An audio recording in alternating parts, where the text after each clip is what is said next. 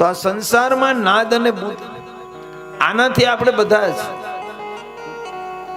આપણને કોઈ ગુરુમુખી માણસ હોય જેની ઉપર સદગુરુ હોય, કોઈ આપણને પૂછે કે તમે નાદમાં બુંદમાં, તો આપણે શું કહીએ?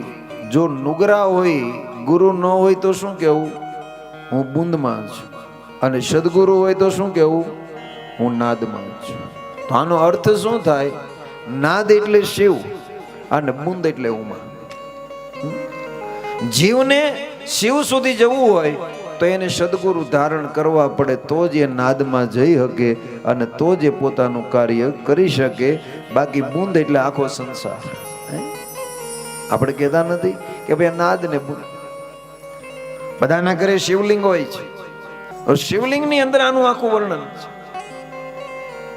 એક ખાલી તમે શિવલિંગ છે, એ શિવલિંગ આખું તમે પૂર્ણ કરો અને એ લિંગ છે, એ લિંગ તમે અંદર સ્થાપિત કરી દો એટલે શું થયું? નાદ અને બુંદ બે થયું. અને શિવલિંગ તમે કાઢી લ્યો અને ખાલી તમે જળાધારી રાખો તો શું કહેવાય? બુંદ કહેવાય. બે ભેગું થઈ ગયું એટલે નાદ અને બુંદ. પણ જો શિવલિંગને તમે બહાર લઈ લ્યો એટલે ખાલી બુંદ જ રહેશે, અને શિવલિંગ મૂકી દો એટલે નાદ બુંદ બે થઈ ગયું.